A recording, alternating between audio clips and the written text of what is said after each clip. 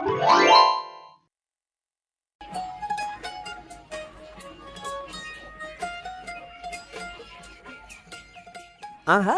ভাইয়েরা, এই তেল আর যে কোনো তেল না, একদম আসল পাতার তেল। মাথা ব্যথা, কোমর ব্যথা, এমনকি দাঁতের ব্যথাও একেবারে সারিয়ে দেয়। শুধু একবার মেখে দেখুন। আচ্ছা ভাই, তুমি কি সত্যিই বলছো? এত কিছু করে এই তেল? শোনার পর তো ভাবছি কিনেই ফেলি। নিশ্চয়ই দাদা, এই তেল হাতে মাখলে হাতে শক্তি, পায়ে মাখলে পায়ে গতি, আর মাথায় মাখলে বুদ্ধি বাড়ে। এমন একবার মেখে দেখুন। আচ্ছা দাদা, এই তেলের গন্ধটা অদ্ভুত। এটা কিসের তেল বললেন? এটা বনজ পাতা দিয়ে বানানো, কোনো রাসায়নিক নেই। একবার লাগিয়েই দেখুন, আপনাদের জীবন পাল্টে যাবে। আমার কোমরে ব্যথা অনেক দিন ধরে, সেটা কি সত্যি কমে যাবে?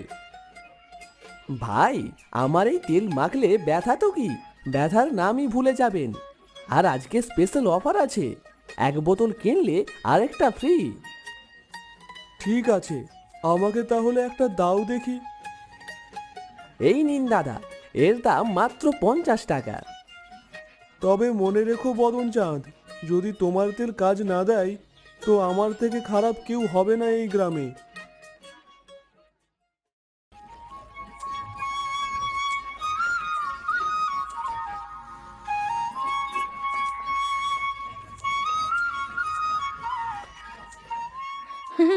ও মা হরি, এটা কি? পাতার তেল? তুমি তো এখন নতুন নতুন জিনিস নিয়ে আসছো। আরে কুসুম, তুমি বোঝো না। বদন চাঁদ বলল এই তেল একবার মাখলেই কোমর ব্যথা, মাথা ব্যথা সব দূর। এমন কোনো সমস্যা নেই যেটা এই তেল সারাতে পারে না। এইসব শুনে কতজনই তো ঠকেছে। কি জানি এটার কি সত্যি কাজ করে? যেই লোক তেল বেচে তার কথায় কিচ্ছু বিশ্বাস হয় না আমার। আরে তুমি বুঝবে না কুসুম, আজ রাতেই মাখবো, কাল সকালে তোমাকে পার্থক্য দেখাবো। ঠিক আছে, দেখি তাহলে। তবে যদি কোনো ফল না পাও তবে তুমি নিজে বুঝে নিও। দেখো কুসুম, এইবার যদি তেলটা কাজে দেয়, তাহলে কিন্তু গ্রামের সবাইকে জানাবো।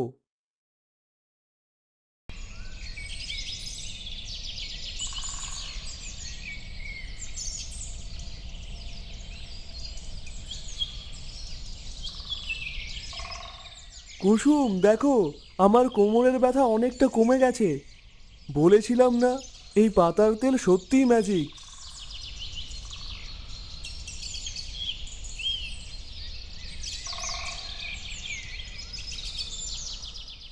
আরে, তুমি তো 2 রাতেই এইভাবে উত্তেজিত হয়ে পড়েছো। একটু ধৈর্য ধরো, দেখা যাক না শেষ পর্যন্ত কি হয়। আমি তো খুশি কুসুম। এখন রমেশকে বলবো, ওরও হাঁটুর ব্যথা আছে, হয়তো ওরও এই তেল কাজে লাগবে। হুম, ঠিক আছে। তবে এমনভাবে অন্যদের বলো না, আগে ভালোভাবে যাচাই করো, তারপর কিছু বলো। ঠিকই বলেছ, তবু রমেশকে বলেই দেখি, ও নিজের মতো করে পরীক্ষা করুক। তাই বরং ভালো হবে। যাও, এবার গিয়ে রমেশকে বলে আসো, না হলে তো তোমার পেটের ভাত আবারও হজম হবে না। ঠিক আছে, আসছি তাহলে। পরে ফিরে এসে না হয় বাকি কাজ করব। আসছি, বুঝলে?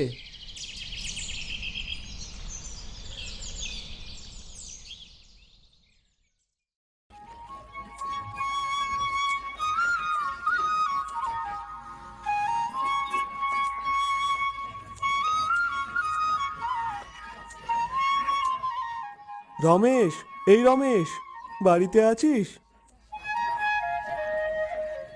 আরে হরি, তুই এত সকালে আমার বাড়িতে? কি ব্যাপার? রমেশ, তুই শুনলে অবাক হবি।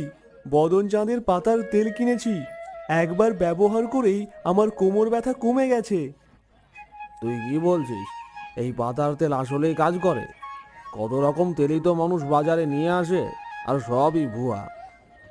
আমার কথা বিশ্বাস কর, আমিই তো একবার মেখেছি, আর ব্যথা অনেকটাই কমে গেছে। তুইও একবার মেখে দেখ।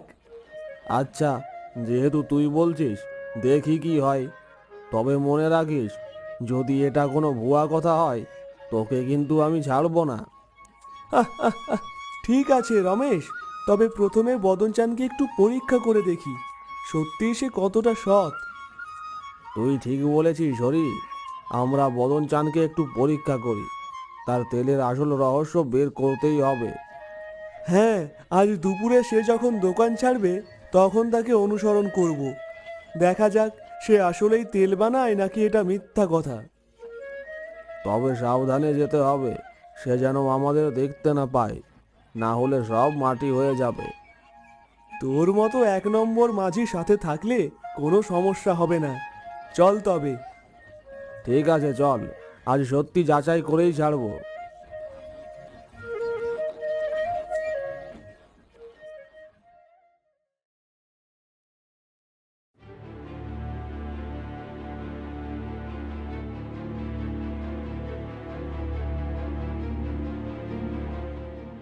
ওই দেখ বদন চাঁদ কোথায় যাচ্ছে। দেখো, সে আসলেই কোথায় যাচ্ছে। মনে হচ্ছে গোপন কিছু আছে।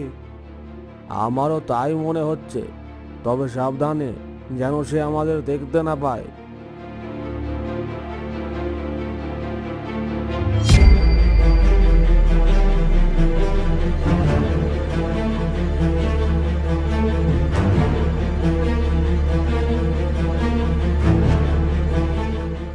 দেখো রমেশ, সে একটা গাছের নিচে বসে কিছু করছে।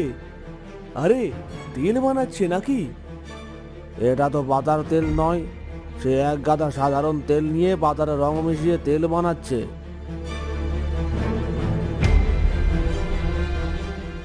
আর বলিস না, এতদিন ধরে আমাদের ঠকাচ্ছিল। চল, গ্রামে ফিরে সবাইকে বলি, বদন চাঁদের আসল রূপ ফাঁস করতেই হবে।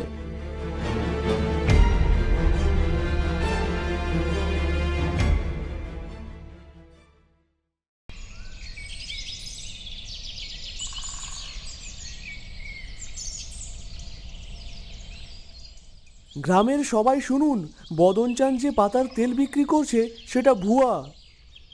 আমরা তাকে নিজের চোখে দেখেছি, সে স্রেফ পাতার রং মিশিয়ে তেল বানায়, আসল তেল নয়। হুম, আমি তো আগেই সন্দেহ করেছিলাম। বদন চাঁদের কথায় কখনো বিশ্বাস ছিল না। আমাদের সাথে এমন প্রতারণা, ওর তো শাস্তি হওয়া দরকার। হ্যাঁ, আমরা সবাই মিলে ওর কাছে প্রশ্ন তুলব। সে যদি উত্তর দিতে না পারে তবে বুঝে যাবে।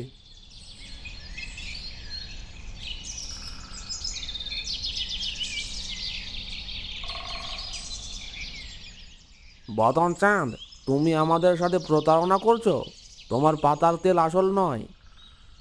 কি বলছো তোমরা? এটা তো আসল তেল। আমরা দেখেছি তুমি সাধারণ তেলের সাথে পাতার রং মিশিয়ে তেল বানাচ্ছ। আমাদের সাথে মিথ্যা বলছো।